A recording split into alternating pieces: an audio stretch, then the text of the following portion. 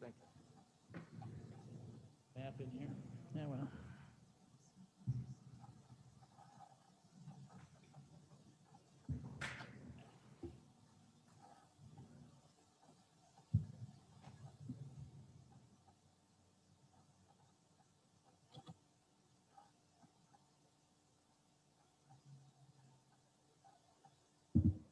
Get started, but I cannot see the screen.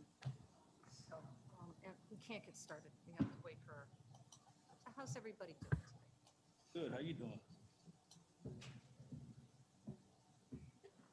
Is your mic on? No. Okay, all right. Not at all. Thinking I didn't hear you from here. No, we have not started the meeting yet.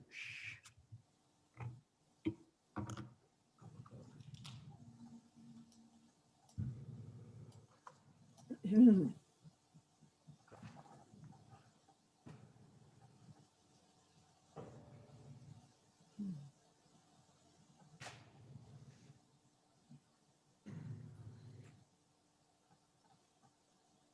know that sports is a pretty interesting, neutral thing to talk about. I saw, my brother actually told me on Sunday that Aaron Rodgers is thinking of leaving the Packers. Has anybody heard an update on that? He says he wants to leave. He wants to host Jeopardy. Yeah. That's what he'd like to do. Is that really? Is that what he said? That's what he said on the He's radio. hosting Jeopardy every 2 weeks. Oh, I know. That's true. Well, he thought he could work it in with his schedule. He said he. There's a job for Chris Lausen. I know, he He looks, could be hosting Jeopardy. nobody would, Oh my God, it's- nobody noticed the difference. Oh, it's perfect. And then the Bears, I guess I don't care. the Bears recruited a quarterback. Get that out in the county, they'll be. Expecting him for that. Did you see his acceptance speech?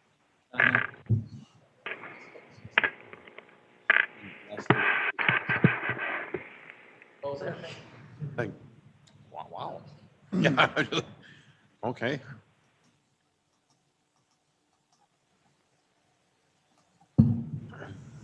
Is this the longest agenda we've ever had, 934 pages? It's actually, the agenda is not that bad.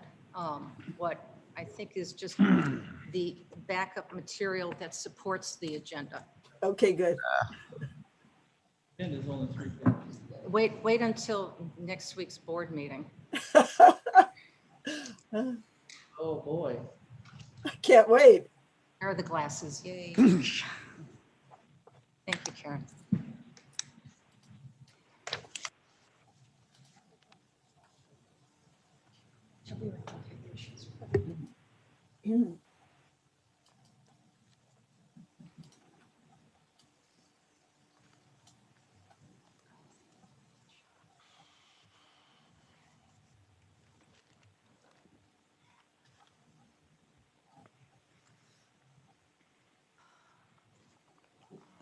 Tom, would you please lead us in the Pledge of Allegiance, but when we're ready? All righty. All right, good morning, everybody. It is 9:04, 9:05, and I'd like to call to order the Executive Committee meeting of Wednesday, May 5th, 2021. Karen, are you ready? Clerk, please call the roll call. Bates, Here? Berman, Berman here. Ford, Ford here. Fries, Here. Gums, Gums here. Kenyon, Here. Caius, Guy present. Martin, Martin present. Molina, Molina present. Sanchez, Here. Strathman, Here. Surges, Surge is here. Tepe, Tepe here. Weber, Shepro. Resigned. Shepro here. Thank you. He's done. Okay. Okay. May we all rise to do the Pledge of Allegiance, Tom?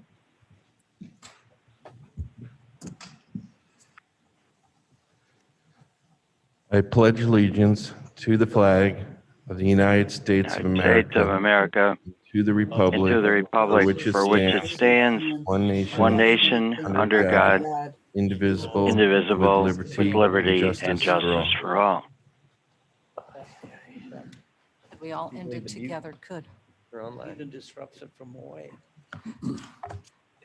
Slow down. May I have a motion and a second to approve the minutes from the April 7th, 2021 meeting? Raz moves. Berman, second.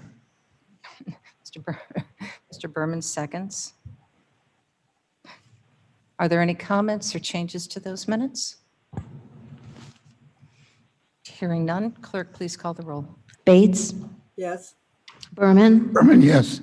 Ford, Yes. Fraz, Yes. Gums, Yes. Kenyon, Yes. Caius, Guys, yes. Martin, Martin, yes. Molina, Molina, yes. Sanchez, Yes. Strathman, Yes. Surges, Yes. Tepe. Tepe, yes. Thank you. Shepro. Shepro, yes. Thank you. Thank you. Is there any public comment? Is there any public comment online?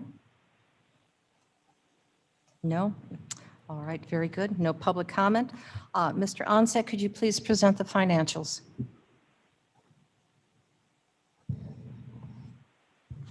Good morning, everyone.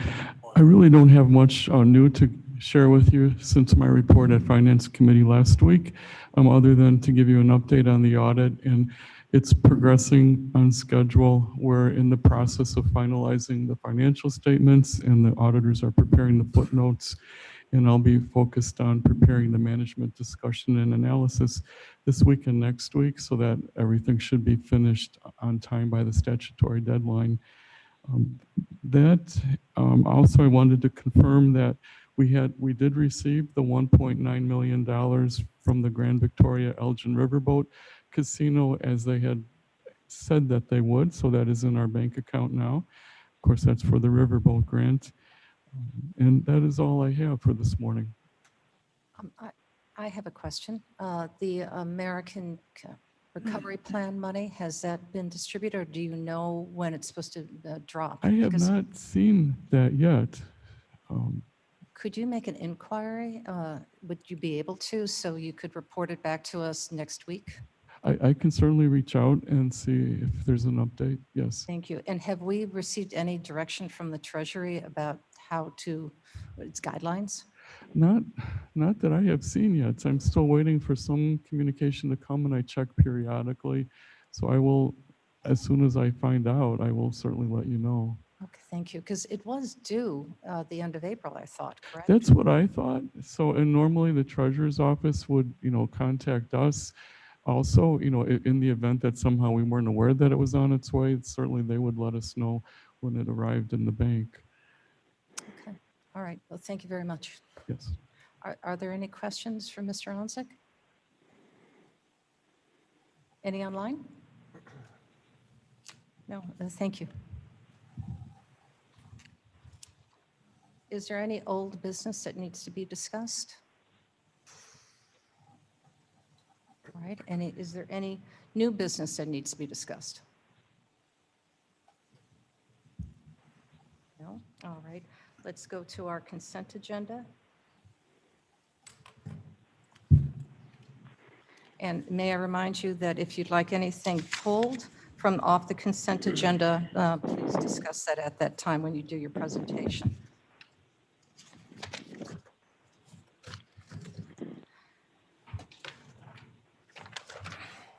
Mr. Kenyon, Agriculture. This is a Senate Bill 1692, and it's quite interesting to we farmers who depend on the active drainage districts. And as you know, Kane County is reactivated theirs to take care of flooding. And the fear is that if you vote by the acre, if people who own large acreage might vote against any improvements. And so it'll be by the person. That's what we prefer. Jody spotted this and called it to our attention. Well, Question, Shepro? yes, Mr. Shepro. Isn't that statutory though, Mike, that it has to be by acreage? I guess we're trying to change it. It's a bill in the Senate to alter the voting. Ah, Would you like to make a motion to move that? I'd like to make a motion to move it. Is there a second? Caius, second. Mr. Caius, is there any discussion? Just real quick questions, Caius again. So Mike, it currently is per person. They want to change it to per acre. And we're opposing that. We want to keep it the We want same. to change it to per person. We want to because keep it at per person. no, if you no, were- I think it's currently, Shepro, I think it's currently per acre. And we want to make it per person.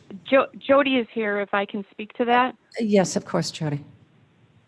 It's currently per parcel, and they want to change it to per acre. So if you have a 400 acre farm, you would that's get wrong. 400 votes. So we want it to remain as per parcel. Okay. And which way did That also questioned, Shepro, that also would not mean per person.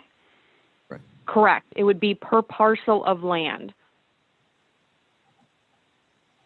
And if the parcel of land is owned by multiple owners, per the statute, they would elect one person to do their one vote.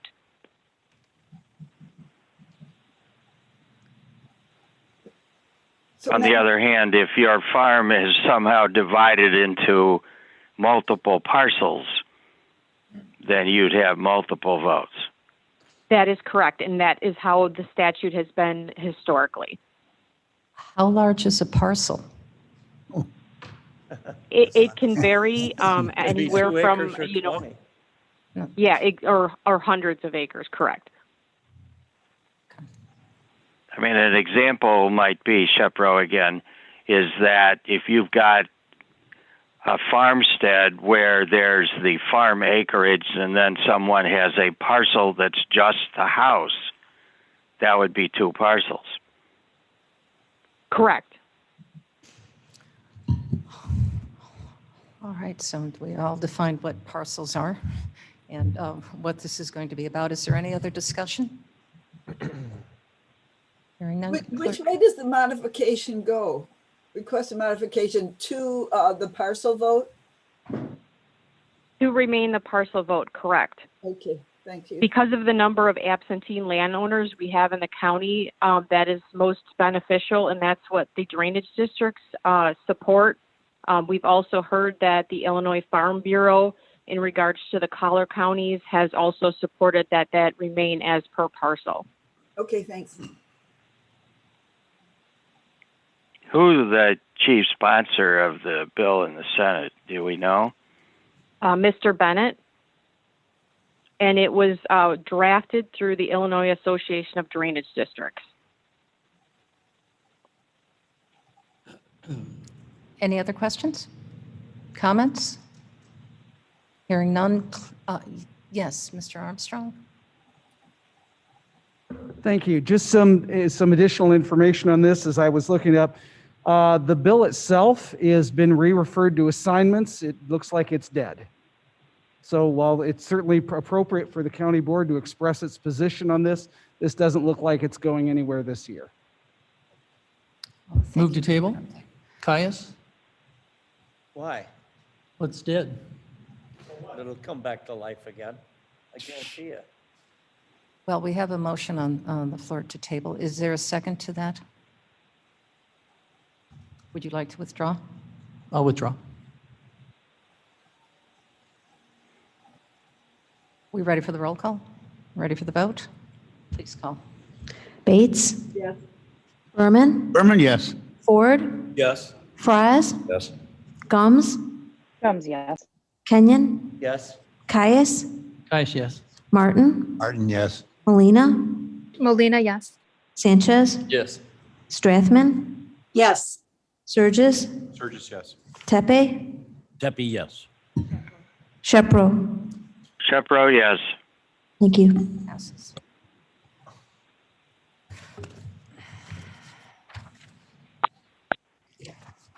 Mr. Martin, would you please like to speak to your ordinance on county development?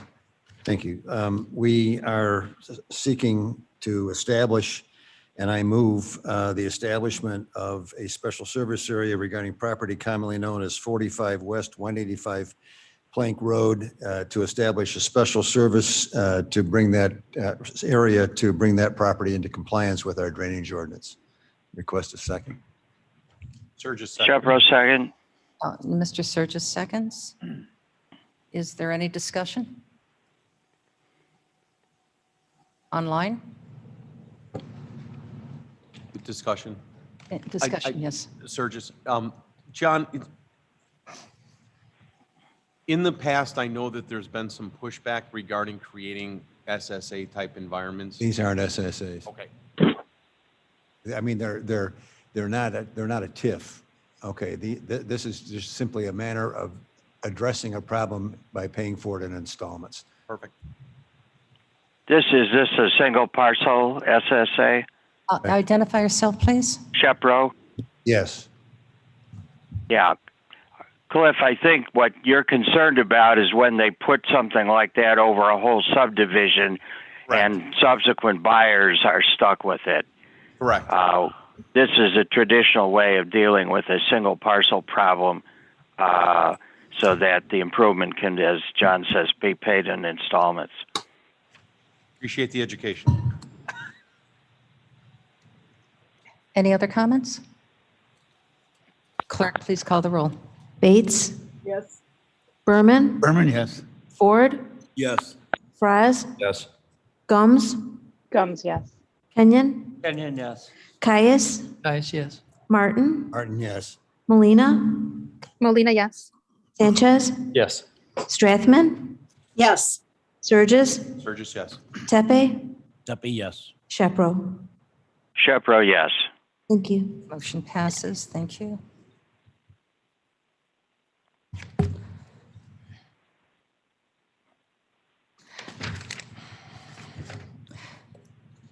Mr. Shepro, as Vice Chair, could you please bring forward the items on the Executive Committee? I would be happy to do that right now. I'm having a little trouble with my computer screen. Could we come back to me after the next item? I can do the first one. Yes, we have Mr. Ford, please. I can do the, thank you, Madam Chair. I can do the workforce development. Oh, the workforce development? So this, Excellent. I'll make the motion to authorize the contracts with this is through the Workforce Development Board. And I believe it's for 4 contracts. Approximation amount is $792,408. And it's for services to enhance careers and employment readiness. And I believe Mr. Burgess might be online to give us more detail. Excuse me, I was trying to get caught up with, who is online, please? Yes, good morning. This is Yes. Scott Berger. I'm Mr. Berger. available.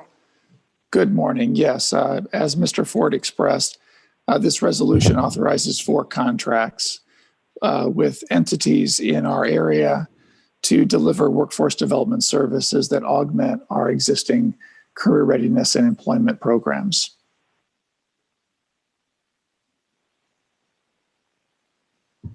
Thank you. Is there any other discussion on this?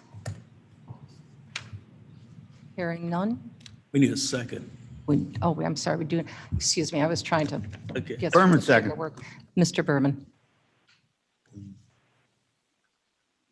All right, now, any other discussion? Any discussion?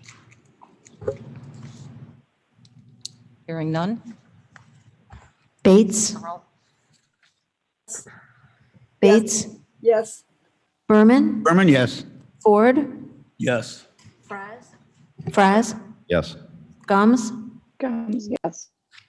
Kenyon, Yes. Caius, Caius, yes. Martin, Martin, yes. Molina, Molina, yes. Sanchez, Yes. Strathman, Yes. Surges, Surges, yes. Tepe, Duffy, yes. Shepro. Mr. Shepro, are you there? Yeah, Shepro, please record me as yes, and I'm still having computer issues. Okay, thank you. Madam Chair, I can handle number 2. It's a transportation issue. Yes, please. Fraz speaking.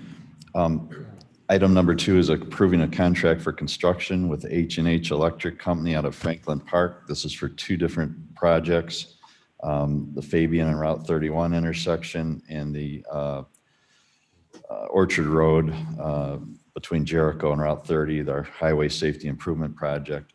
So this is in the amount of $645,740. And the reason it's on the executive section is that the state requires approval of a project within 45 days, and we just couldn't get it through our calendar in time. So we did brief all the members of the Transportation Committee and bringing it right to executive. So I'll move that. Is there a second? Which one, gentlemen? Caius, second. Thank you. Is there any discussion? Madam Chairman, this is Alan with a question. Of course, Ms. Allen. Thank you. Mr. Fraz, is the Fabian and 31 intersection, the one that we talked about at Forest Preserve, where you asked that Forest Preserve staff make sure that the City of Geneva sign was coordinated so that the 2 projects wouldn't get in each other's way? Yeah, actually, Mr. Brown brought that up, but I'm glad he did. But I believe this is a different project. This is related to timing of the signalization. And Mr. Rickard's going to. So this isn't related to our long-term project to remodel the intersection. No, this is not related to the long-term project. This is more immediate safety federal funds that we received to do some enhancements sooner rather than the ultimate design. Yeah, so the Ms. Allen, the one project is probably a 4-year type of timeline, and this is more short-term. Okay, I just didn't want to have an oops moment later on, because everything that's going to happen there is all good. Correct. Thank you. As someone who crosses that intersection and has walked that intersection and biked that intersection, I welcome this. Is there any other discussion? Clerk, please call the roll. Bates, Yes. Berman, Berman, yes. Ford, Yes. Fraz, Gums, Gums, yes. Kenyon, Kenyon, yes. Caius, Caius, yes. Martin, Martin, yes. Molina, Molina, yes. Sanchez, Yes. Strathman, Yes. Surges, Surges, yes. Tepe, Epi, yes. Shepro.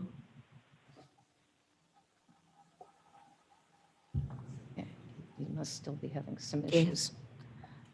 Mr. Shepro? Okay. Mr. Sanchez, could you speak to the other 2 items? Sure, Madam Chair. So the next one, we'll need I'll move the resolution authorizing and ratifying intergovernmental agreements to facilitate operation of mass vaccination clinics. Board seconds. This is, my understanding is a bit housekeeping. We have already been working with these other governments at the mass vac sites, but it's been kind of in good faith. And as we're working on these contracts, and here now we have the authorization for Madam Chair or Interim Executive Director Foster to officially sign the IGAs with these towns. And I believe that's all that they are, right? Yeah. Are there any other comments? Yeah, Interim Executive Director Foster is on the line if anyone does have any questions for the health department. Mr. Surges. Surges question. For the Spring Hill Mall site, Kathy had mentioned in an email that we are taking care, so there's no intergovernmental agreement there? No. Because it's just between us and Brookfield? Yes. Okay, thank you.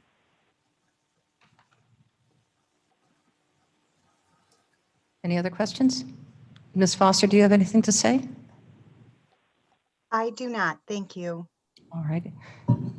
Clerk, please call the roll. Bates, Yes. Berman, Berman, yes. Ford, Yes. Fraz, Yes. Gums, Gums, yes. Kenyon, Yes. Caius, Caius, yes. Martin, Martin, yes. Molina, Molina, yes. Sanchez, Yes. Strathman, Yes. Surges, Surges, yes. Tepe, Tepe, yes. Shepro. Shepro, yes. Thank you.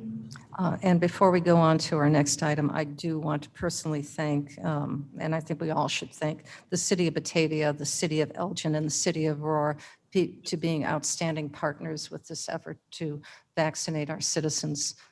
They have been great stewards, great help, and we deeply appreciate their assistance with this matter.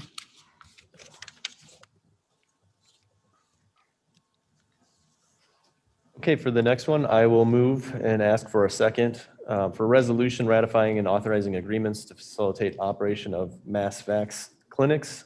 This is another bit of housekeeping, and it refers to the agreements we have with Pace Bus for their shuttle van services that we've arranged with them, and then also Bright Star Staffing, who has been helping us to fill some vacancies where we need them at these sites, these temporary positions that we have needed. And Second by Berman. yeah, I forgot about the second part. So that's it. Thank you. Is there any discussion on this? And once again, Pace Bus has really stepped up to assist our citizens with offering their vans. And Mr. Frost has been very instrumental, and Mr. Rickard, in putting these contracts and agreements together. So I thank you both for that. And if any of our citizens need some help, they just have to call our number that is online, and we'll provide transportation to any of our back sites. And that, I assume, will also be including the new one that's going to be opening up at the Spring Hill Mall. Yes. So we cover the county. So clerk, please call the roll. Bates, Bates, yes. Berman, Berman, yes. Ford, Yes. Fries, Yes. Gums, Yes. Kenyon, Yes. Caius, Caius, yes. Martin, Martin, yes. Molina, Molina, yes. Sanchez, Yes. Strathman, Strathman, yes. Surges, Surges, yes. Tepe, Tepe, yes. Shepro. Yes. Thank you. Motion passes.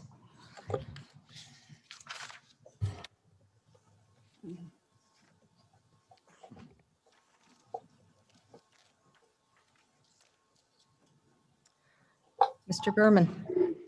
Yes, we have a list here. Do we want to take them all together? Let's do it.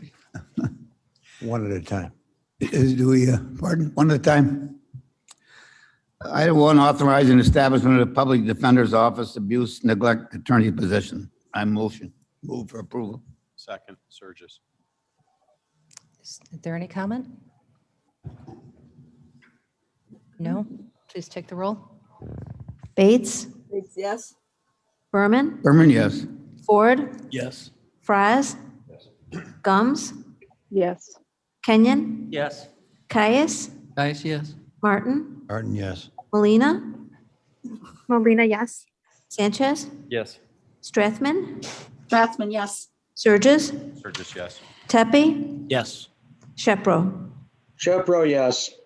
Thank you. Madam Passes. Chair, Fraz comment? Yes, Mr. Frost. Just, I mean, we do have the option, which is the way we traditionally did it, like for a long agenda such as finance, where the chairman can move all items and somebody can second all, and he could go through them as he sees fit. And then if somebody wants to pull one off the consent, we could do that. But just a suggestion.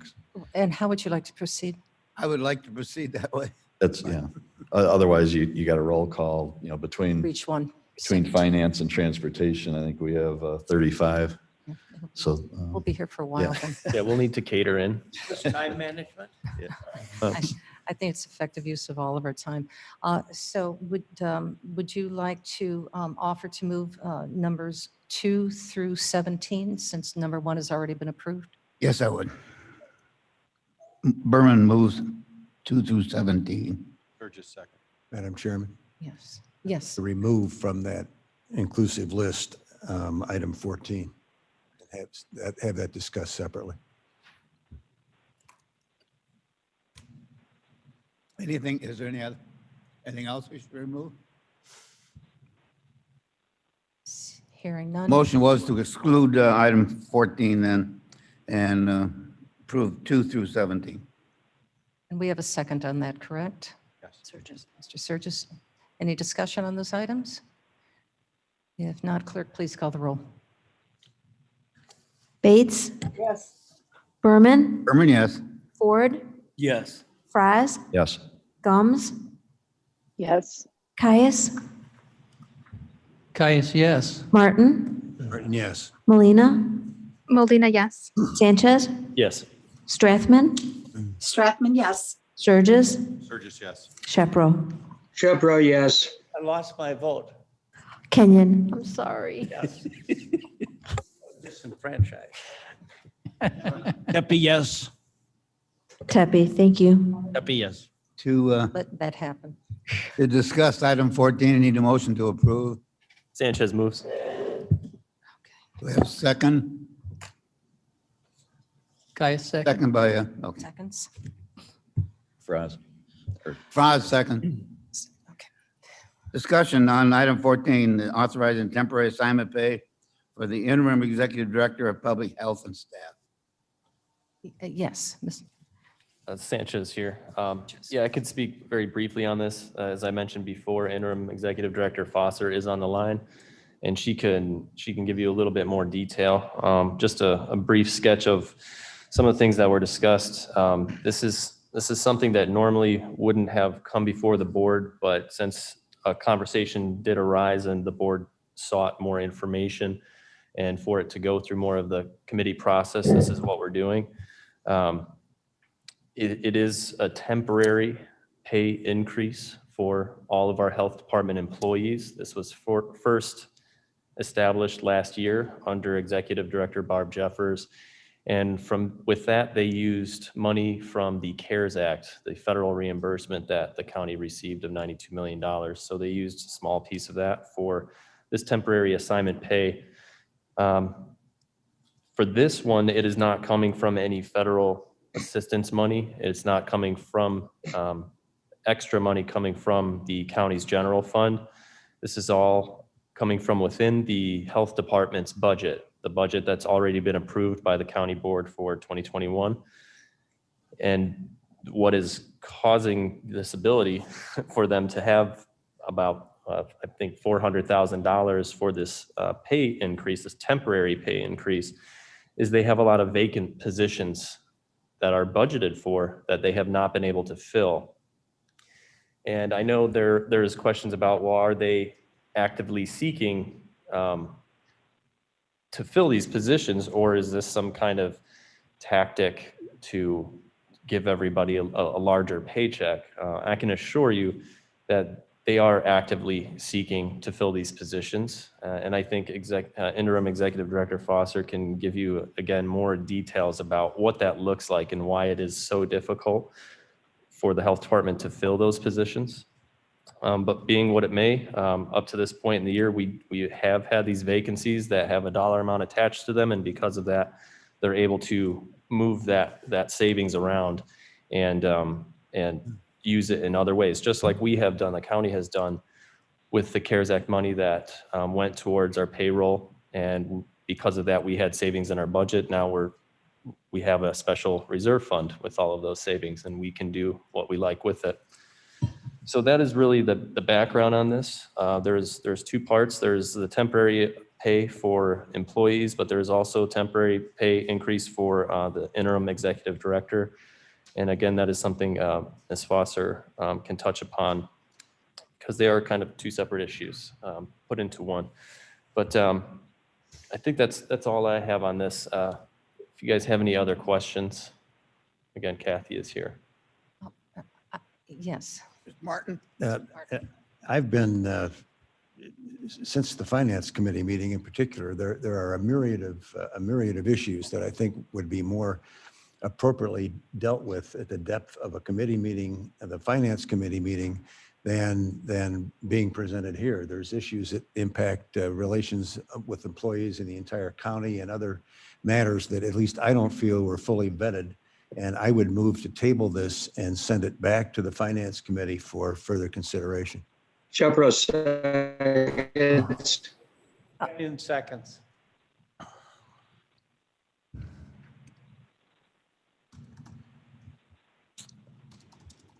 Can you please call the roll? This is to table item 14. And to table 2, and what is the date of the Table and finance? send back to the finance committee. And what is the meeting, the date of that next meeting? What?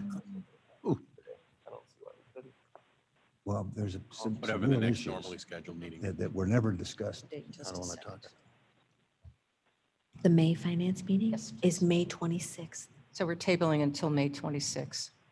If I may, There's a motion to Madam Chair, table. Shepro, Yes, do you have a point of order? No discussion. No discussion, we're tabling. I do point of order. This is a point of order. Yes? Yes, I think given what I think the intent of the motion is, I think it would more properly be brought as a motion to recommit. If it's tabled, it doesn't necessarily automatically send it back to the finance committee. And I believe that is the intent of Mr. Martin's motion. That is, and I will amend my motion to recommit to the finance committee for further review. And that date of that meeting again is May 26th. May 26.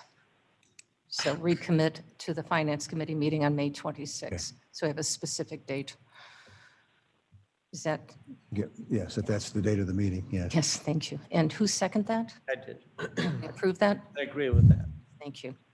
All right, then vote please. Bates, No. Is a no. Berman, Berman, yes. Ford, No. Fries, No. Gums, No. Kenyon, Yes. Caius, no. Martin, Molina, No. Sanchez, No. Strathman, No. Surges, Surges, yes. Tepe, Tepe, yes. Shepro, Shepro, yes. 1, 2, 3, 4, 5, 6. 1, 2, 3, 4, 5, 6, 7. There's 7 no's. 7 noes. And 6 yeses. So no's win. So it's not tabled. Not recommitted. Table to recommit, thank you. So is there further discussion on this? First off, I Name, wanted to. please. Surges. First off, I want to thank Commissioner Sanchez. Him and I have played some emails back and forth, and I appreciate your insights and everything on this. My personal opinion, as I'm looking into this, serving as a chair on human resources, I asked how many of the employees at the health department were union versus non-union. And there seems to be an almost 70-30 split of union versus non-union employees in there. Within the union contracts, it clearly spells out the pandemic pay and the scale that's available for that pandemic pay. And I'm just wondering, by what authority on the board are we circumventing the contracts that we have in play? And how would we address that then for other contracts in the future? And that's my hesitation on this solely. That is not a comment about the job that the department is doing. It is not a comment on, I think Kathy Foster is just knocking it out of the park. I can't say enough about her, but I can't just set that hat on the side and ignore the contracts that are in play coming up in the future. And I just want to voice that as my concern, so. Yes. I could speak to that. This is Sanchez here. This has been worked out in agreement with the unions, so they're all on board with this action. This was established last year, and that's when they actually worked this all out. And if you look at, I don't think the chart is here, but the original resolution, it has, there's a difference in pay increase, temporary pay increase for the union, and it's a lower increase because of the other things that are in their contracts that aren't in the non-union employees. And that is, I believe, a 10% increase. Yeah, I believe it was a specific dollar amount increase. It was not a percentage increase that I read. These are percentage increases, and the union employees have a lower percentage. I believe it's 10% for union and 15 or 20 for non-union. And again, that's not the information I have. I would ask to see that information. And I'm not so concerned with the health insurance union. I'm more concerned with the other unions and governing, and bodies that we deal with in the collective bargaining agreements across the county, and how modifying it for one union might modify it for others in the future. I just don't want to push us into a corner is all I'm saying. Yes, Mr. Sturgis, the chart is attached with the resolution, so you can see. I've been trying to find that for 20 Yeah, so if minutes you now. go in the KCHD TAP resolution in our agenda, after the actual words, you'll find the chart there. It's right here. I see that. Yeah. Okay. That breaks it down. And again, I'm not sure, is that chart part of the union contract that we negotiated and signed? This is something that is worked out with the union. I don't know that this was put in during our last contract when nobody knew about COVID. So this is something that has been created afterwards, but in agreement with the union. Mr. Shepro, please. Mr. Kenyon had his hand up. It doesn't look right. This does not look right. If I was in any other department, I'd say, hey, we got a lot of extra COVID money. Let's pass it out. It's Christmas. This is not the way to conduct business. We have to be more involved in the process of rewarding our employees. And because there's leftover money, we don't just always pass it out. It's like the school districts. Buy extra books and put them in the warehouse, but we're giving out money. It just doesn't smell right. Look in the wood pile. There's a skunk in there. Mr. Shepro? Well, I have a question and a comment. First, Mr. Sanchez said it's been worked out with the union, and I guess I'm echoing Mr. Sturgis's question about what does that mean, worked out? Is there a memorandum of understanding? Is there something that formally deals with the union contract? Because my understanding, and those who were present at the meeting could speak to that, is that when the state's attorney discussed this, there was no mention made at all about the union, that there being a question because there was a union contract. And one of the reasons I supported the motion to send it back, which I note was also supported by the committee chair, is that, as Mr. Martin said, I think that issue needed to be more thoroughly examined than taking up the time of this committee today. And obviously, if this resolution passed on, we will have this conversation again next week. And then I also had a further understanding that arguably putting the union issue to one side, if you can, that the executive director of the department had the authority to adjust the compensation. And what this is really about is whether or not the executive director's salary can be adjusted, because that could only be adjusted by the board, not by the department. So those are, I guess, comments and questions combined. Yes, Mr. Tepe.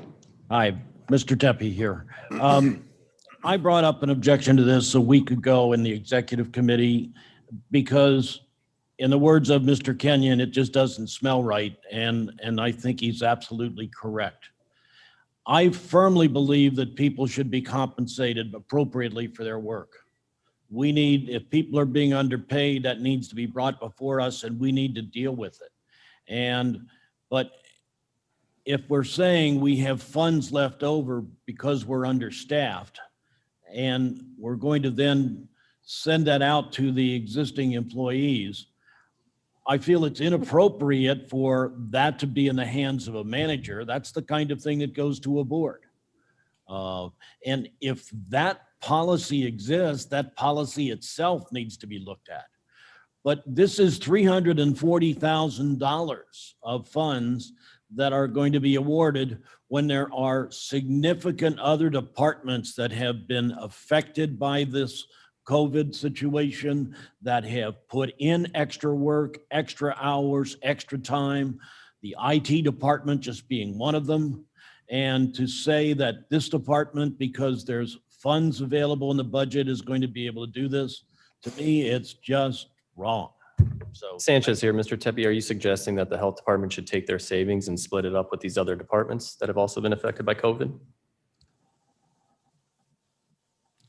I'm suggesting that it's not appropriate for a manager to be able to authorize things of this nature. And I'm suggesting that it's not appropriate to do this in any one department when the entire county has been affected by this. I think it's inappropriate to have a separate agreement with one union. So there are so many things about this that I feel are inappropriate that I think it needs to be looked at in depth. I wasn't here a year ago. If I had been, I would have brought it up then if I had seen something like this. This to me is just not being vetted properly, and I think it's wrong to do it in this manner. I have a question. It says here on the resolution that it begins retroactively on March 21st, 2021, and then ends on November 27th, 2021. And if this money is used because there is additional money because of payroll, not expended payroll because staff, unfilled staff positions, what happens if those staff positions do get filled in that interim? And that is a question I had, and my understanding is this is money that has been saved up to this point in time in the budget year. So each month that goes by, there's money that has been allotted that's spread out through the whole year. So if a position is filled, then the remainder of that budgeted money for that position goes to that position. My understanding is not all of the money is being used for this savings. But actually, Cannell Snowden is on the line. He is our finance person, and he would be a better person to ask that question too. And Cannell, I have one other question to add on to that then, so that if a staff member is a new employee joins the health department, will they automatically get the temporary pay increase as well? To make them equal to all others? Hi, this is Cannell. That is not the initial intent of the request to increase the salaries for this temporary assignment. Shepro, I'm not sure I understand the answer. The short answer is no. Madam Chairman Bates, please. I'm sorry. Ms. Bates, please, Cannell, can you please repeat what you just said? Because I may not have heard you properly. You said it was a short answer to, can you repeat the answer? My understanding of the question is, will employees hired after this has been approved, will they get the temporary assignment pay? And the answer is no. Oh. So just to drill down to that, will they be paid at market rate that was set previously? They will be paid less than or not equal to? They'll be paid at the rate that is for that position, not including the temporary assignment pay. I'm sorry, Mayor, who's speaking? I'm sorry. This is Cannell Snowden. Okay. He's a finance person for the health department. Okay. And just to add, the Kane County Finance, Joe, went through our numbers in great detail as well. Yes, Mr. Onsicht has looked at this and has understood that there is the adequate savings here to cover this in the budget. And if this savings isn't used, and what Mr. Tepe would suggest is to not use it, then it would have to wait until the end of the budget year for it to go back into the general fund and be determined with the other piles of unused money from budgets, what to do with it. So it's something that would just literally sit there and collect dust if not used now. Mr. Martin, and then Mr. Tepe. Mr. Tepe raised the point. And you've discussed it, but we're spending money, we're committing to money in the future that may otherwise be spent if we in fact do what we are to do, which is to fill positions. We have questions raised about union contracts, and the reason I wanted to table it is I feel like we're going off half-cocked. And this conversation here has just supported my belief that this at a minimum, this deserves, excuse me, at a minimum, this deserves discussion. That motion failed.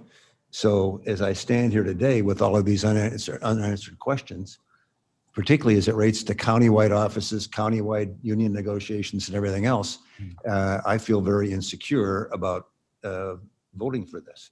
And I just don't, and points get raised and they say, well, the intent is not to do this, or the intent is not to do that. Doesn't say that anyplace. We're just kind of saying, here, take the 300 and do with it as you deem appropriate. And I'm comfortable with it. And I will vote no today for that reason. I think, excuse me, Mr. Tepe, I think Ms. Bates had a comment. I overstepped her. Thank you, Madam Chairman. This is, can I direct a question to Mr. Tepe or to the group? Would it be more palatable to the group if we removed Ms. Foster's from the group so that could be handled by the board and it could be possibly sent back to some other committee to answer that? And then the other employees could be, thank you, Ms. Foster, for nodding, that would uncomplicate things. Thank you. Is that a motion? I will move that we remove the temporary director from the resolution. I will second that, Sanchez. Is there any discussion on that? Shepro? Mr. Shepro, please. I Mr. don't Tepe, think that, is this a point of order? no. Okay, no, Mr. Tepe has the floor. Thank you. Tepe here. I'd like to address Mr. Sanchez's comment earlier about the fact that the $340,000 would go unused and that it would not go back into the budget or not go back into the general fund until next year. That's our job. Our job is to manage these funds, and expending the money because it's available is not, and that it's not going to go unused is wrong. These are funds that we could use next year and could budget next year. And we should take a good look at employee compensation and use it for funding like that. So that argument to me just isn't valid. Thank you. Just to direct comments, we have a motion on the floor to remove Ms. Foster's increase in her compensation. Yes. Shepro, comment? Yes. First, I want to make sure I understand, is the motion to remove the interim executive directors proposed so that what would remain would be for everybody else? That's my understanding. That is my intention. And if that's the case, I don't think it addresses any of the concerns that were raised by Mr. Martin and Mr. Tepe and Mr. Kenyon. I mean, if there are union issues and all the other issues that were raised remain, even if her compensation is removed because she's not a union member. And I thought that we had concluded that it is her salary that actually needs board action to approve. So I'm not sure that the amendment, if passed, would help clarify the situation. It would break it up into two separate actions. Thank you, Mr. Shepro. And I know we have other board members who like to comment, but I have been reminded that Mr. Snowden would like to weigh in on this. Mr. Snowden, you have the floor. Regarding how this all relates into what the health department does, and I know that both Kathy and Jarrett are totally aware of this, is that the majority of our funds are grant related and require certain things that have to be done to maintain the health department certification. So with that in mind, that the health department continues to do about 340 required deliverable activities that must be done along with the COVID-19 activities that they are performing. So the $300,000 is totally connected to the performance of the department and potentially impacts about 45% of our revenue, or about $3 million. So going forward, if we do not accomplish those deliverables, the reduction in revenue would occur in the next subsequent years, and therefore those funds just wouldn't be available.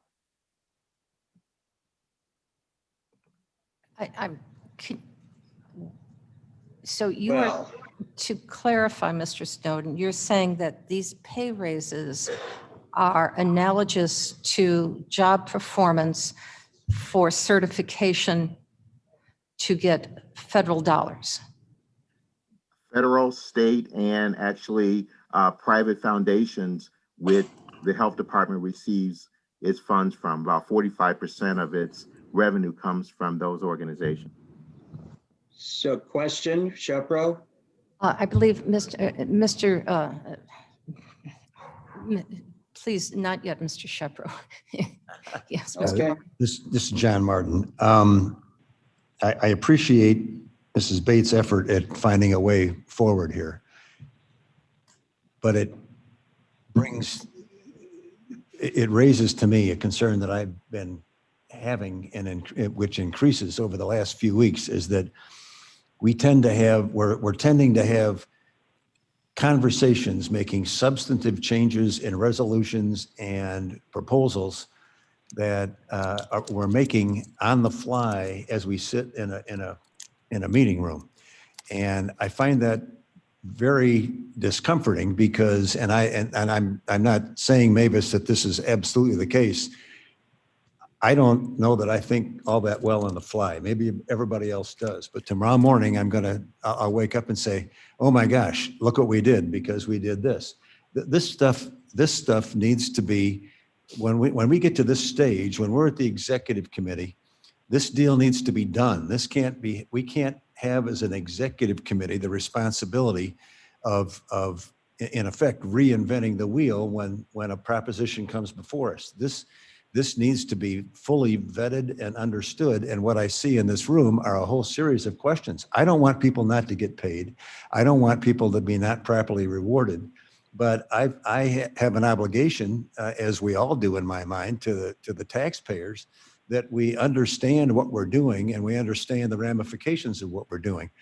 So to this motion, I'm opposed to the motion to amend, because I'm uncomfortable making substantive changes in, we've never had a good track record, if those of us who will remember back on what we do on the fly as a group. And I don't know that we're separate from the world on that. These things need to be considered and presented as a package that goes up and down, and not substantive changes made in the interim. So I will oppose the amendment and want the matter to stand as it was originally proposed. We do have a motion on the floor. I'd like to settle this so we can move forward with the actual resolution. Madam Chair, Mr. Shepro, please, you've had opportunities to speak. I'd like other board members, if I may, to chime in on this as well. Thank you. I thought We'll you get were back going to to you. call the vote. Not just yet. Not just yet. Yes. Caius had his hand up. I think this question relates directly to the amendment, is that the director has the option and the full ability to grant this. The question is, does the director, can she give the money to the employees without us voting on it, on that part of it? We just have to vote to give her the money that is asked for in this. Is that correct? These are two separate issues. One, if we get rid of if this amendment says it takes her out of it, then what's left is the money to everybody but the director, and she could do that anyway. Is that correct? That is my I don't understanding. think we know that. Jethro. No, I can speak to that. This is Sanchez. This is normally an action that would be within her authority to perform without board approval, but since it did get raised as a question from the board, and the board indicated they wanted it to be vetted more properly, then it came back through this process. So normally she would have the authority to authorize everyone else's pay, but because it was questioned, it's going through us. But except her own. Her own is, this motion is separating it, and that is also something Ms. Foster and I discussed previously, is separating her pay from this resolution. Because at this the meeting. question is, we don't have to vote on her to give raises to everybody else, but we do have to vote to give her a raise. So there are Normally, yes. two separate issues then. They are. Perhaps Ms. Foster can speak to that. Yes, thank you. And I just want to say, I appreciate all the support that you all have shown during this pandemic. It's been very important. I know there's been a lot of agreements and everything that's gone through that you've had to go through. And it's different times. We're in a pandemic. But I do want to say that the union representative is fully aware. He was aware last time and aware this time, and he's in agreement with the temporary assignment pays for the union workers. There's also an article in the collective bargaining agreement that addresses temporary assignment pays as well. So that is in there. And as far as I would be fine with taking out my pay in there, if that will help move this forward. I just want to say your full support will show support for our COVID heroes during this pandemic. I mean, I really feel strongly about that. It would be helpful. So the question that I think we need to hear is that, do you have full authority to compensate your employees as you feel appropriate within the restraints of your budget? yes. So that is something that I do have within my budget authority, not for my own, but for that has been verified with the state's attorney's office. Is Jamie still on? I saw her on before, but maybe she left. But that has been verified with the state's attorney's office. Ms. Neerman's on. Is Ms. Neerman on? Is a state's attorney online? Assistant state's attorney? Good morning. This is Michelle Neerman. Ms. Neerman, please, could you clarify this? Can you repeat the question, please? Does interim director Foster have the ability to authorize the temporary pay increases on her own? Yes, I believe she does. The caveat there is that as I believe Mr. Surgis mentioned, and as well as a couple other board members. Excuse me, Michelle, can you adjust your microphone? Is this helpful or not? Yes. Okay. I think so. I continue to have problems with this monitor, so I apologize for that. As one of the board members, I believe as Mr. Surgis had mentioned, I think there was some concern regarding the collective bargaining agreement and working on an agreement with the union, because you can't just voluntarily give people increases in pay without the agreement of the union. Ms. Foster has indicated that she did work out something with the union, so I don't have the particulars of that, but I believe there was some sort of email exchange documenting agreement from my memory, and Ms. Foster can probably fill in the blanks there in terms of how that agreement was worked out. And I was not party to that the last time around, and I don't know if Lane or Mushin was, but some sort of agreement was worked out last time, and I believe that was worked out now. But otherwise, department heads are given the authority to set salaries of individual employees. The board historically has not, gotten into the weeds in terms of trying to determine the salary of each employee within the department. This is an unusual circumstance with respect to the health department because healthcare workers are so difficult to find. Public health workers are so difficult to find right now. They do have a number of vacancies. There are a number of other departments, as has been acknowledged by the board, have gone over and above, what their normal job duties are because of the pandemic. But in particular, the health department, just across the board, is asking all of its employees to go over and above. So I hope that clarifies that answer.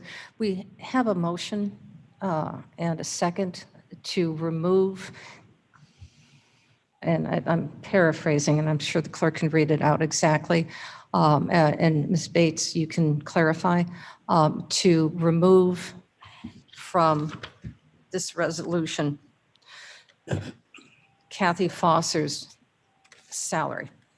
I still have a question, Madam Chair. Jepro. Oh, Mr. Shepro. And now I guess I have it for the state's attorney. The longer this discussion goes on, the more confused I get. If I understood the comment from the finance director for the health department, I understood him to be saying that if these raises were not implemented, that would put us potentially in violation of our grant agreements and jeopardize further funding. And if that is true, I guess my question would be, if we didn't have this extra money available, does that mean that we would be in danger of losing our certification? I don't understand that answer at all, and it didn't seem to me that it made a lot of sense. And it just, the tenor of so many of these comments are vague, unspecific, and I think just illustrates the point that we started with however many minutes ago this discussion started, that we've got all these partial answers, and we're in some cases either guessing at the answers or coming up with answers that don't appear to be supported. That's my comment. Thank you. And we, if I may, we seem to have two issues. One is increase in compensation for staff, for the health department, both union and non-union, as well as compensation for the director. And there's a motion on the floor to remove the compensation discussion from this resolution for Director Kathy Foster. So is there any other comments about that resolution or that motion to remove her compensation from this resolution? Yes. I have been consistent. Name, please. Surges, sorry. I have been consistent in my comments on this. The debate that we're having should not be construed as, is somebody doing their job above? They are doing a wonderful job. My situation is, I don't have any documentation, and I agree with Mr. Martin. I don't have any documentation here that would allow me to defend myself later in front of other unions that said we could modify this agreement. So regardless of Ms. Foster, who in my opinion is the poster child for getting more money in this, she has been wonderful. I just need that documentation in line, and we simply don't have it. We asked for it before, we're asking for it again. If she has the authority, do what you need to do, and we'll consider her separately. But I am not in favor of doing this. I would like this to go back to finance. Let's work out these details so we have it all in line, because if this comes back to bite us in collective bargaining agreements in 6 months, I'm going to be more than vocal about the objections that we did today. And again, that is not an indictment in any way for the wonderful job our health department has done. We just need to put our ducks in a row, for crying out loud. I mean, that's all we're trying to do. Sanchez here. Matthew Lang is the union representative for the health department, and I've spoken with him personally on this issue. Him and all the union employees are fully in line with this. If you'd like his number, I can put you in touch with him. Jared, again, I'm not worried about this union. I'm worried about all the other ones that could come out of the woodwork and say, if you did it for them as favored nation, why didn't you do it for us? That's my concern in a nutshell. Well, as Ms. Foster indicated, there is a provision in union contracts on temporary assignment pay. So if other unions have similar provisions and they have departments with similar savings in their budget, then they're able to do such things. And I would believe that the language that was in the original collective bargaining agreement that we signed was modified afterwards. So that's nothing that precludes all these other unions coming back and saying, if you modified theirs, then modify ours. I'm just trying to protect us. That's all. And I mean, We still have a motion on the floor. Mr. Berman? Well, I think the idea of taking it back to the finance committee is fine, but I think that our state's attorney staff has said that what our interim director has done is legal from the standpoint of taking those extra funds that she has in her budget and distributing them as salary, a temporary salary. And if it's the legal thing, and she has the legality to do that, then what we're really wasting our time talking about it, if that's what she wants to do. But as far as removing her from that pay increase, that is something that we can make a decision on. But other than that, it seems to me that she has the legal right to do what she wants to do with the way it stands with her excess funds. I'd like to call the question. Roll call, please. Bates, Yes. Berman, Berman, yes. Ford, Yes. Fries, Yes. Gums, Gums, yes. Kenyon, Yes. Caius, yes. Martin, Martin, no. Molina, Yes. Sanchez, Yes. Strathman, Yes. Surges, to remove, yes. Tepe, No. Shepro. No. Thank you. Passes. It passes. So now we have, Main motion. We still need, we have a motion on the floor to authorize a temporary assignment pay for public health and staff. Bates, Is there more discussion on this now? Yes, we can Without have that? discussion on this with the change. Okay, just one question then. Do we need to vote on it? She can do it anyway? Yes. Yes, Yes, we need to vote on it? yes, we do. We have not yet voted on this. Well, no, but I mean, do we need to pass it in order for her to do it? Yes, it's Sanchez here. Because it was raised at the county board and the county board sought more information, the state's attorney, Assistant State's Attorney Neerman advised us that we should run it through this process. So it would need approval. Thank you. Maybe Ms. Bates was ahead of me. Oh, Ms. Bates, thank you. Yes. Are we calling roll? Not No, I quite need a yet. comment. Unless you want to, I think there's several other comments that may need to be made, Ms. Bates. We will be calling roll in just a minute. Okay. Yes. Fraz speaking.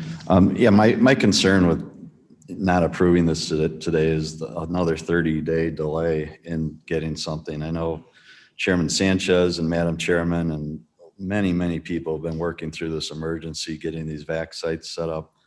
It's been an amazing thing. And I know all of our employees have been affected by this, but there's absolutely no doubt that the health department is the frontline infantry in this battle.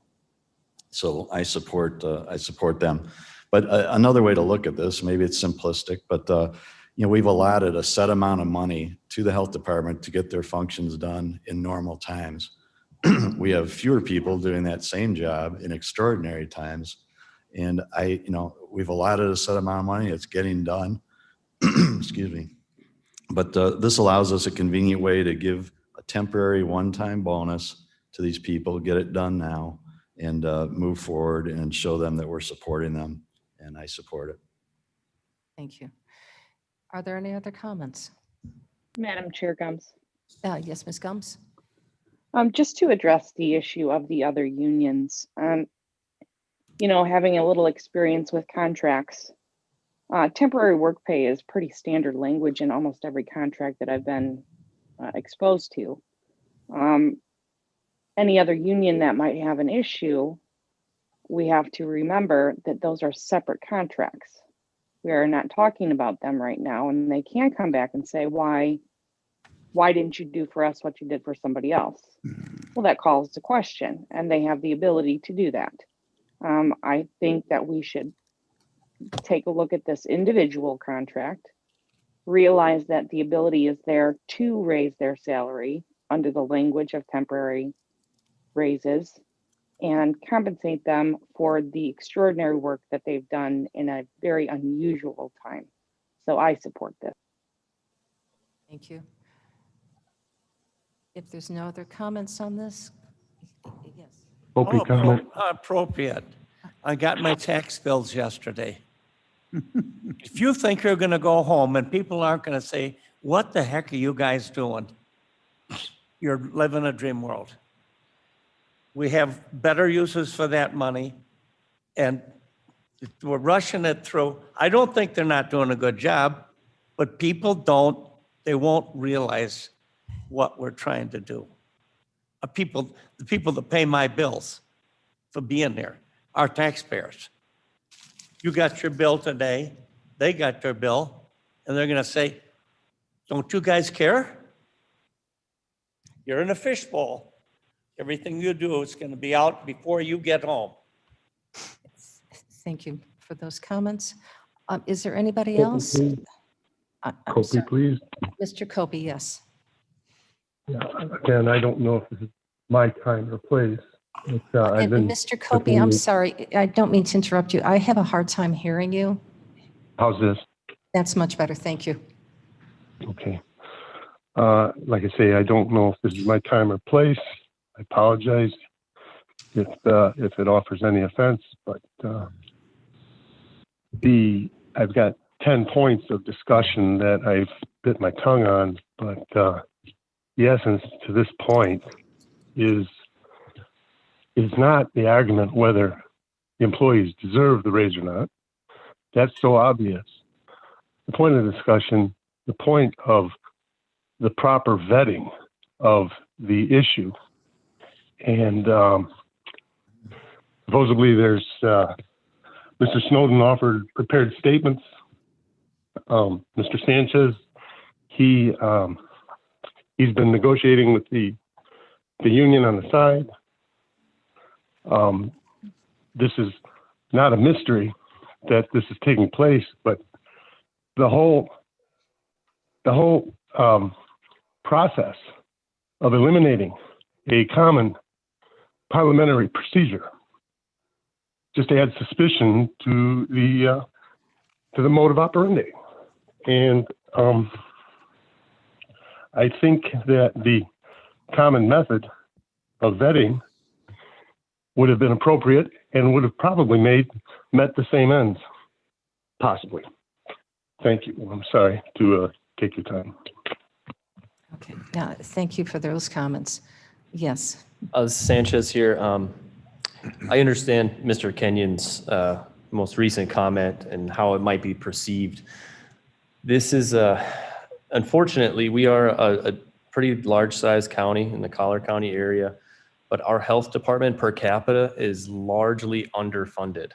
McHenry County, just off the top of my head, I think has a few more $1 million in their budget and 200,000 fewer residents than we do.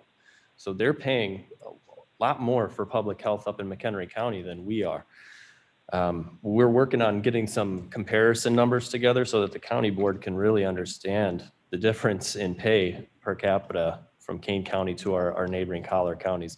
It is very low. So when we talk about, well, we should just talk, about increasing their pay, not giving them temporary pay increase, but just increase their salaries.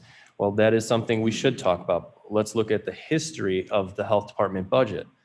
10 years or so ago, Karen McConaughey was in here, and she cut the health department in half as a savings mechanism. She just reduced the head count at the health department by 50%, and they've never recovered since. 8 years, Chairman Lawson worked very hard at continuing a tax levy freeze. And during that time, the health department was more or less kept at arm's length and got to a point where they didn't ask for more money anymore. They just learned to live within their meager little budget that we would give them, partially from the riverboat grant money. So our people at the health department are not paid comparatively as well as our neighboring collar counties.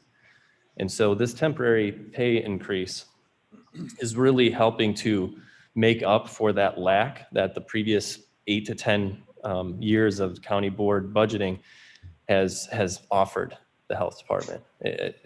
This is a conversation I do think that we should have when it comes to the budget season about increasing, how we might be able to increase the budget at the health department. But for right now, this is kind of a, this is sort of triage. This is they're in the trenches and they're bleeding. We want to put some bandages on them so that they'll keep fighting for us because they want to keep fighting for us.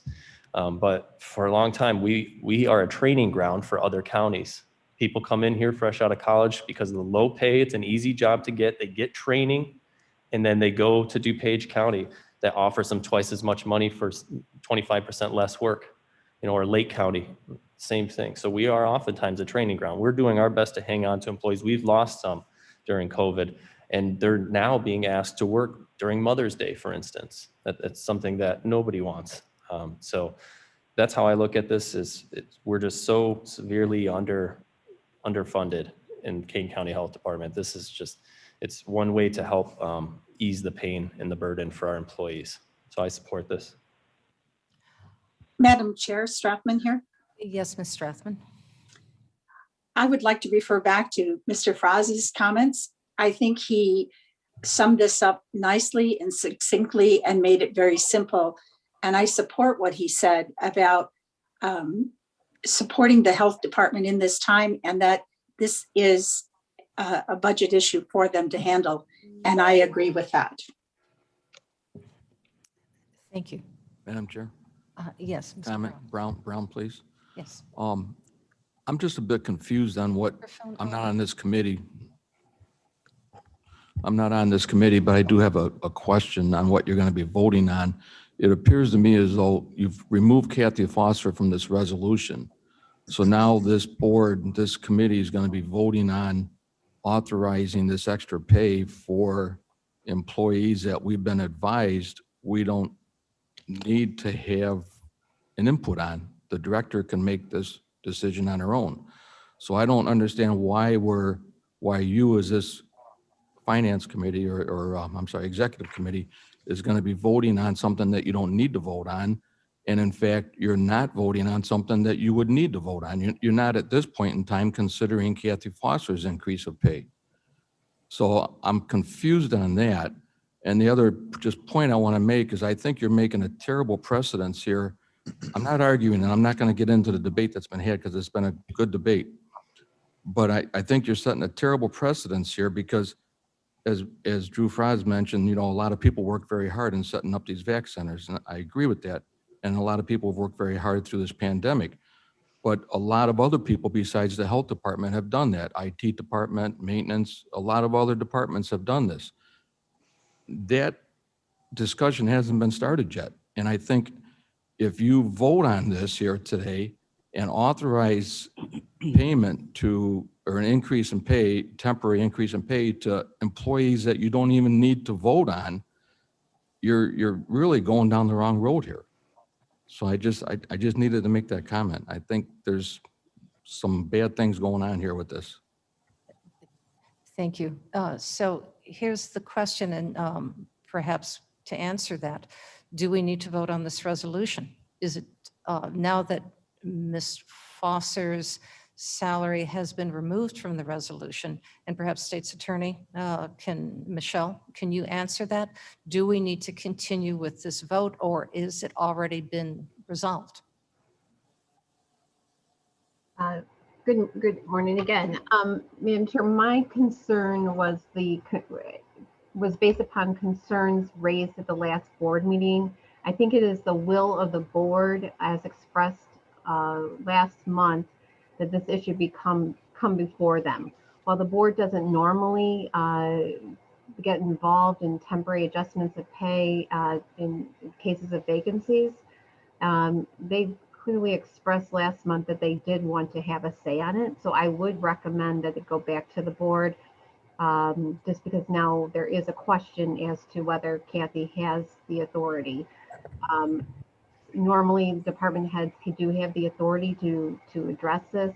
I think the concerns of the board, as expressed last month, were that it was just on such a large scale. It was across the board involving all employees, that the board wanted to have a say in the policy matter. Thank you. I'm sorry, so why do we have to? Because apparently the board suggested that this was their will because it was across the board, not just for individual employees, but for all employees within the health department. It's a broad brush stroke rather than targeted. We call a question, please. I'd like to call the question. I just want clarification that the resolution is changed to authorizing temporary assignment pay for public health and staff. Is that accurate? Yes. May we please call the vote? Bates, Yes. Berman, Berman, no. Ford, Yes. Fries, Yes. Gums, She's on mute. Yes, I'm sorry. Yes. thank you, Kenyon, Caius, Caius, yes. Martin, Martin, no. Molina, Molina, yes. Sanchez, Yes. Strathman, Yes. Surges, No. Tepe, no. Shepro, Chupro, no.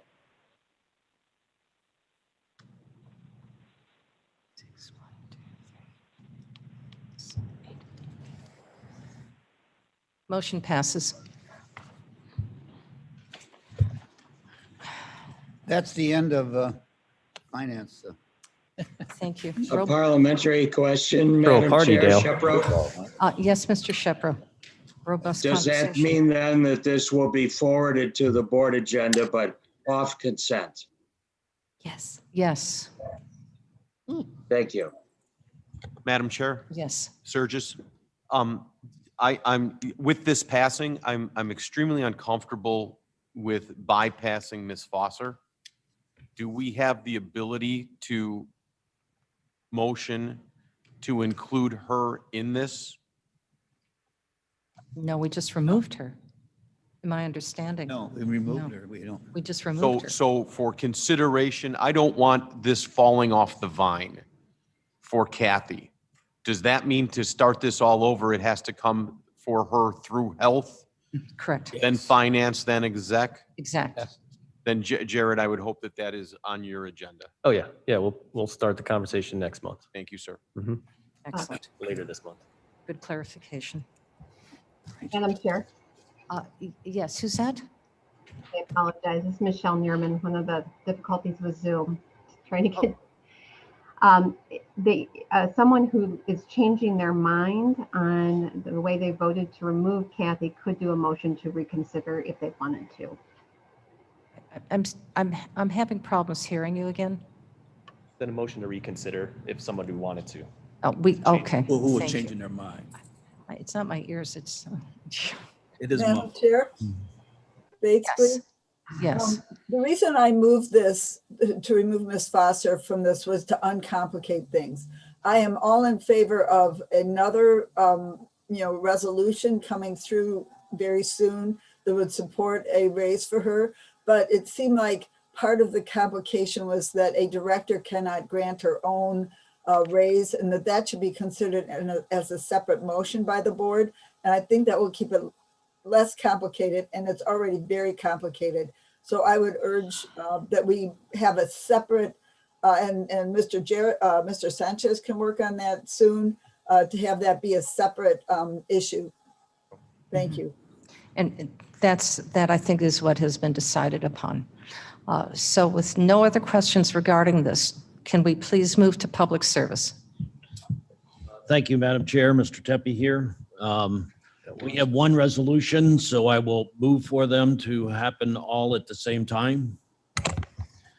Second it. This particular resolution is to appoint additional members to the Board of Review. It is an annual resolution that gives the chairman the responsibility to appoint people as needed for review.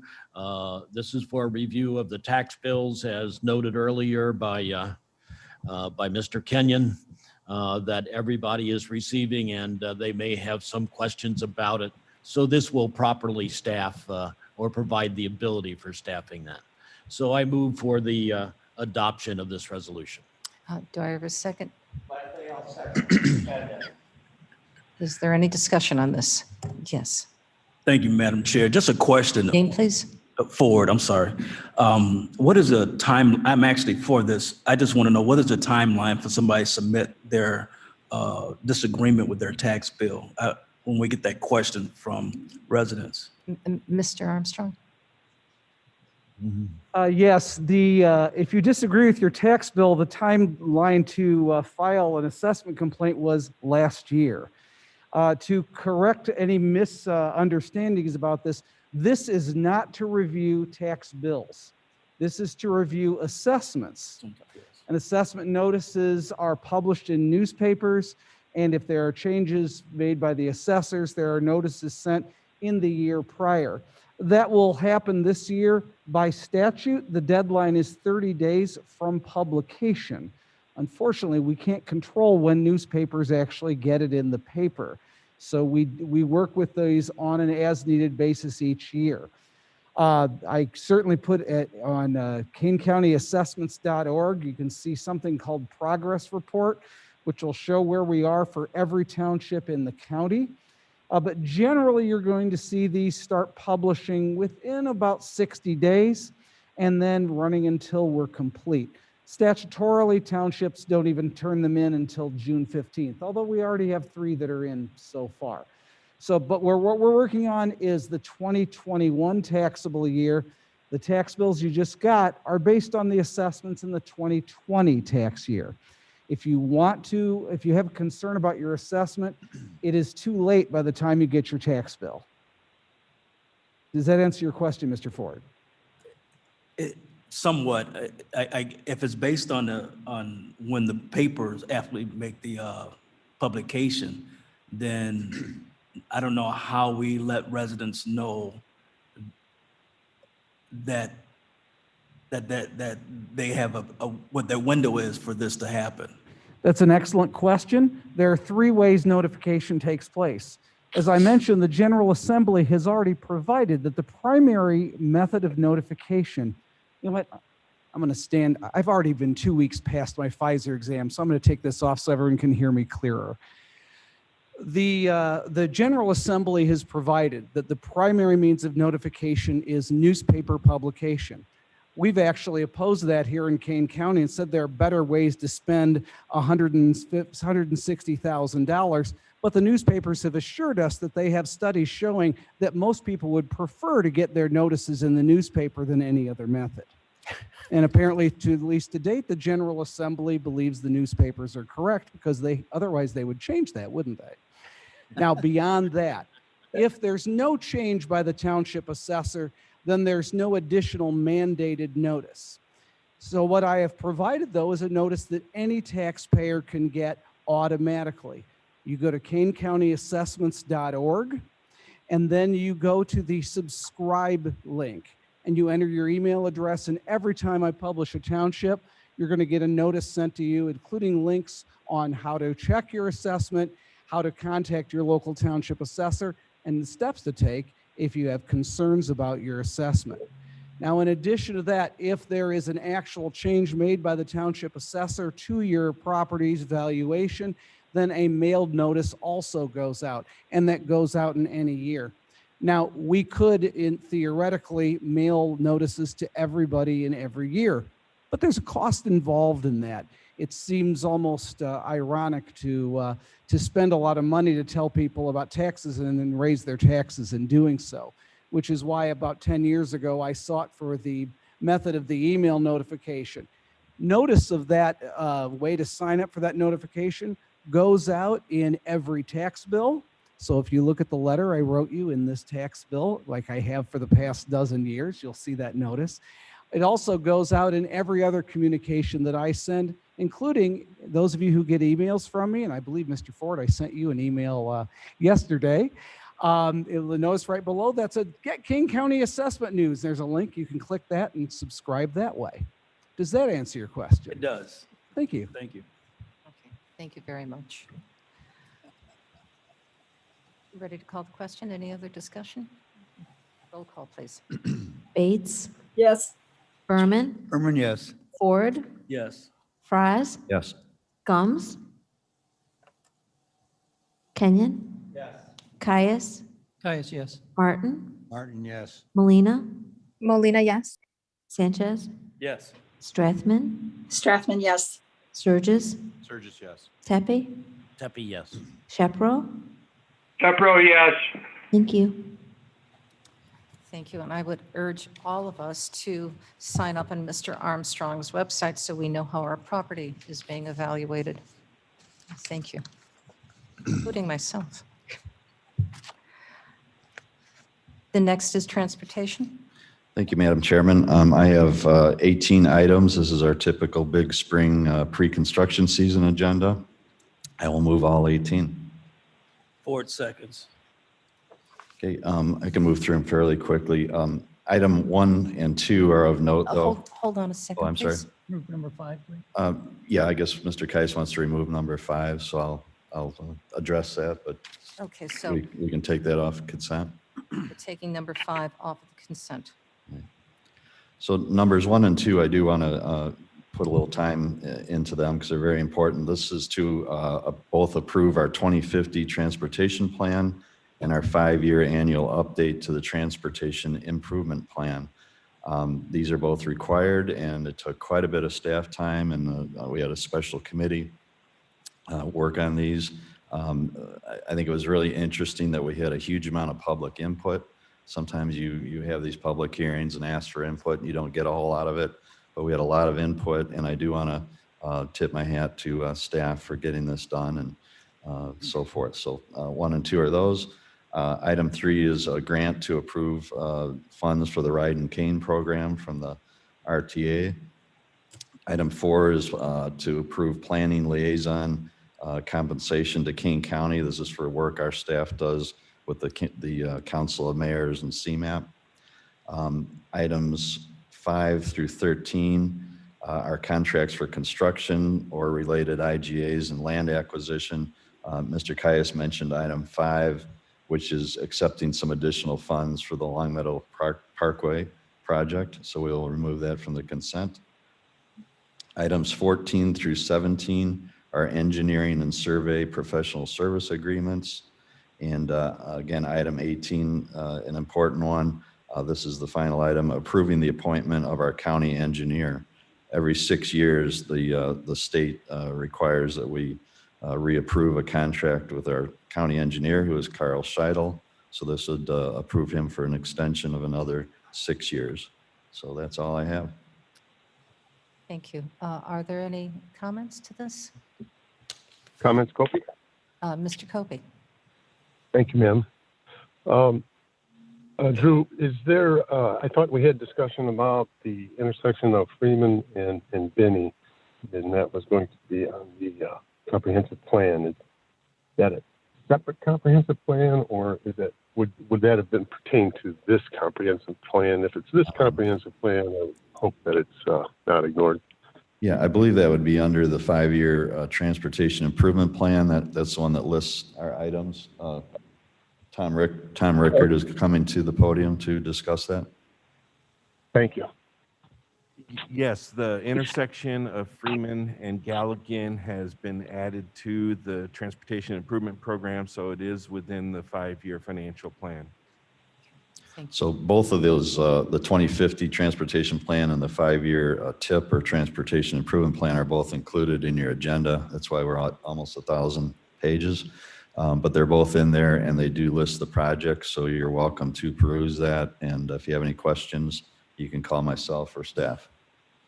Thank you. Are there any other comments? I would like to commend Mr. Froz and staff for the report of the long-range transportation plan.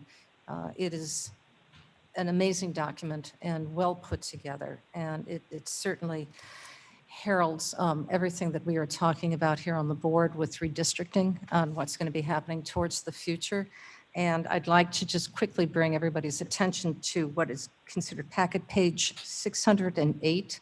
And if you take a look at our population, if you hadn't seen that on the news, our population by 2050 is forecasted to increase 42.5%. That is a significant increase in our population here in Kane County. And we're going to need effective roads and modes of transportation to support all of those new families and individuals who are going to become future residents of Kane County. Yeah, and your Froz speaking, your typical transportation project of any substance, takes 4 to 5 years. So that's why advanced long-term planning is so important. We're actually starting planning projects for improvements of intersections that to most people would look pretty much brand new. But with those forecasts, we know that within 5 years, they're going to need additional lanes and so forth. And so we're already working on that. So yeah, again, staff did a great job, and thanks to the public for participating so heavily. I commend public transportation for their strategic planning, their long-term strategic planning. It's critically important to support Kane County. Well done, well done. So if there's no further discussion, may we please call the vote for items? Items 1 through 18, with the exception of item 5. Bates, Bates, yes. Berman, Berman, yes. Ford, Yes. Fries, Yes. Gums, Gums, yes. Kenyon, Kenyon, yes. Caius, Caius, yes. Martin, Martin, yes. Molina, Molina, yes. Sanchez, Yes. Strathman, Yes. Surges, Sturgis, yes. Tepe, Tepe, yes. Shepro. Shepro, yes. Thank you. Motion passes. So I guess we would have to take item 5 separately. So I'll move item 5. And we need a second. Martin, seconds. Mr. Tepe seconds. And is there any discussion? Madam Chairman? Yes. Roz, thank you very much. Chris Caius, board member from District 23, through which this project runs. On behalf of the constituents in my area, I'd like to speak out on this one. Not particularly to, and don't get me wrong, I think it's great that they want to give us extra money. An extra $1 million here and an extra $1 million there really helps. But I am speaking out and will continue to speak out until when we get some of these resolutions that apply to this toll, which is a regressive toll in which about 30%, minimum 30% goes to someone outside the county just for collecting the money. Until we address that in the resolutions that are brought forward on this project, that this toll will be sunsetted and actually get it into print. I understand that was the intention at the beginning, but I want to make sure that until it actually is acknowledged and we actually can sunset this toll, I will be speaking out. Thank you. Any other comments? Hearing none. Clerk, please call the roll. Bates, Present. Berman, Berman, yes. Ford, Yes. Fries, Yes. Gums, Yeah. Kenyon, Yes. Caius, Caius, yes. Martin, Martin, yes. Molina, Molina, no. Sanchez, No. Strathman, Yes. Surges, Sturgis, yes. Tepe, Tepe, yes. Shepro. Shepro, yes. Thank you. Motion passes.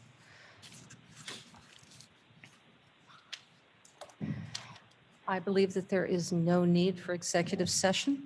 What?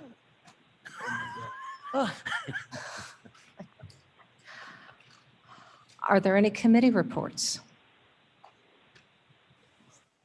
Start Ed. Madam Chairman, Frost speaking. Actually, this is kind of a question of a committee.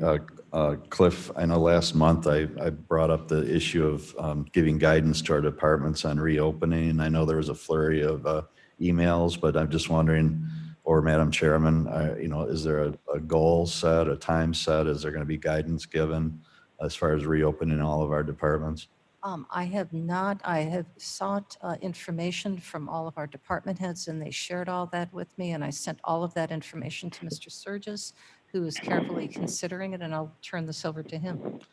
Drew, you just beat me to the punch on committee reports. I would have said that this is a major issue that we're taking on.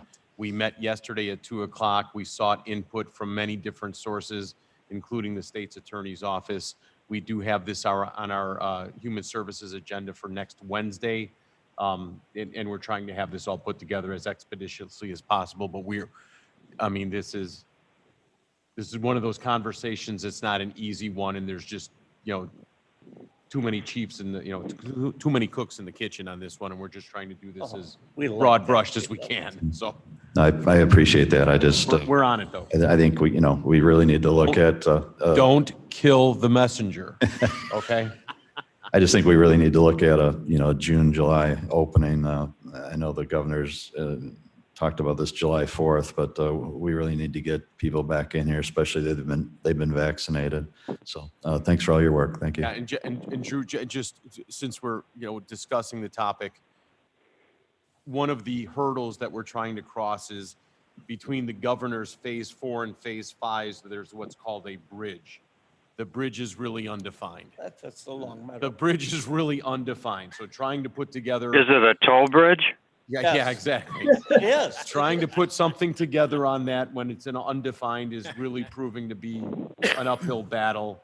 So we might just come out with information that says, as we go from 4 to 5, and we'll go from there. So Yeah. I just know when we closed down, it was really almost a department by department decision. So I'd like to have more of a across the board guidance from above on that sort of thing. So thank you. Madam Chair Bates, please. Yes, Ms. Bates, give me just a second. And Sure. that is what the department heads have all shared with me, that they want a general policy defined by the board, so that they can also work within their departments. Because I have to say that COVID has changed how people do work. As we can see online, we've had board members who have participated solely online through our meetings rather than being here in person as well. Just as an example, how workflow has changed due to COVID. Technology has impacted us all. Ms. Bates, yes. So as I look at the Illinois Department of Public Health website, Kane County is still orange, which indicates there are warning signs of increased COVID-19 risk in the county. So I want to make sure that we're not rushing this too much and asking our employees to come back too soon or opening up people to risk too soon. And that, I think that further discussion will be happening next week. Thank you. Question, Shepro. Mr. Shepro. For those of us that are new to the board, I guess my question is, how was the decision made originally to close down the county? Because I know, for example, that the county clerk's office has now officially reopened in full as of last Monday. Was this done simply in response to the statewide declaration of emergency? Was there action taken by the county board? Was action taken by the chair? The governor's talked, as somebody alluded to, about removing all the restrictions potentially the next time around. And so I guess, again, it's multiple questions. If that happens, would that automatically reopen us, or do we have to take specific action to do that? And we'll build that into our report if that's okay. Sure. Thank Perfect. you. Thank you. Madam Chair, Gums with a committee report. Yes, Ms. Gums. Just really briefly, Legislative Committee would like to bring to your attention on the full county board next Tuesday. There'll be a resolution for y'all to look at opposing the reduction of the LGDF revenue that the governor has proposed. He wants to take money away from us, so we'd like to put that on the agenda. I just wanted to let everybody know that that'll be coming in your packet for Tuesday. Thank you. I personally look forward to seeing that. Yes.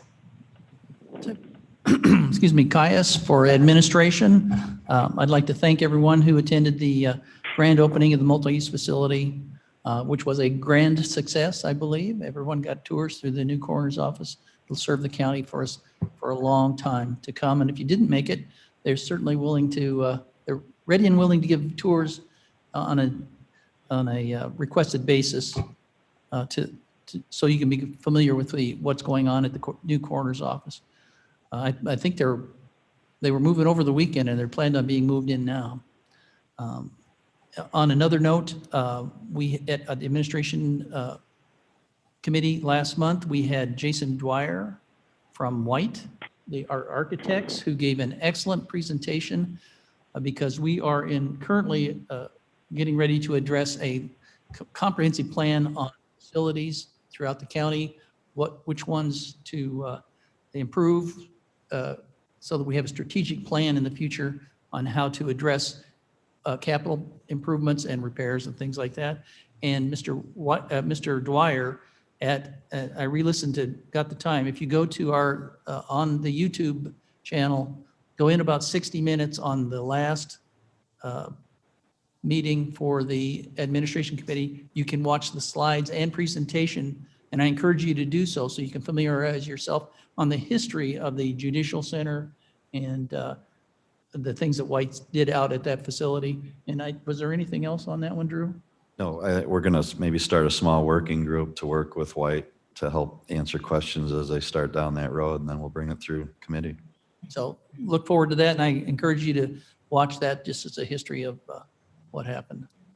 Thank you. What's got us to here. Thank you. And it was a wonderful opening, and thank you for being such a gracious host. Oh, you're welcome. Nice speech. Madam Chair, I'm just looking for some guidance. Someone a constituency had reached out to me regarding the CDBG block grants, and my communication was I'm ignorant to what it is, where it comes from, how it works. So I'm just reaching out to the group. If anybody knows, just call me offline. That would be Mr. Berger. Okay. That would be your first call on that. Okay, perfect. Thank you. And could you please share what CDBG is for the people? Community Development Block Grants. Community Development And so, Block yeah, Grants. that's their for. Won't get enough. Mr. Kenyon. Following Mr. Caius, this report from White is very important. The whole board needs to hear it. I don't know if you want to do it in a cow meeting or this meeting, but you know, this planning stuff, that's what you're all about. Yes. And we all need to know it so we can have input into it. I think that's an exceptional good idea. We'll put it up on COW and invite them. That way we can ask questions and be better informed. Okay, thank you. And anything else? Yes. We have one item, motion to adjourn. I'll second. Gums. Roll call. No crow. call. Do we have, No I won't call. even ask for any yeses. Do we have any nays? Thank you, Madam Chairman. It is adjourned. Thank you very Thank much. you all. Good conversations. Thank you all.